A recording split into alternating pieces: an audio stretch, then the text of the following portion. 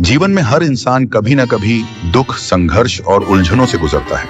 जब मन टूटने लगता है और रास्ते अंधेरे दिखाई देने लगते हैं, तब श्री कृष्ण के वचन हमें फिर से जीने की दिशा देते हैं। श्री कृष्ण कहते हैं कि जीवन में जो भी घटित होता है, उसके पीछे कोई ना कोई कारण अवश्य होता है। कोई भी घटना व्यर्थ नहीं जाती। हर अनुभव हमें मजबूत और समझदार बनाने के लिए आता है। मनुष्य अक्सर बीते हुए कल के दुखों में उलझा रहता है और आने वाले कल की चिंता में अपना आज खराब कर देता है। श्री कृष्ण का संदेश है, जो बीत गया उसे स्वीकार करो और जो आने वाला है उस पर भरोसा रखो। वर्तमान में जीना ही सच्चा जीवन है। जो व्यक्ति आज में संतुष्ट रहना सीख लेता है, वही वास्तव में सुखी होता है। श्री कृष्ण यह भी समझाते हैं कि कर्म से बड़ा कुछ नहीं। फल की चिंता किए बिना अपना कर्म करना ही सच्ची भक्ति है।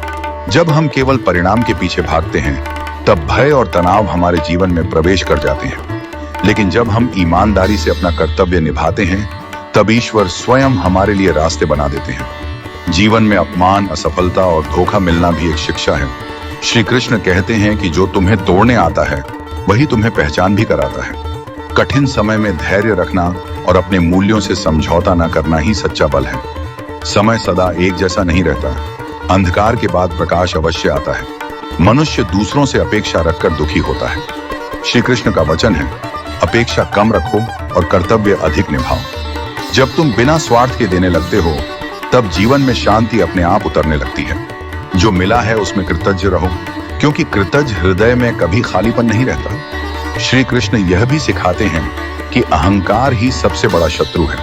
जब इंसान स्वयं को सबसे ऊपर समझने लगता है, तभी उसका पतन शुरू हो जाता है।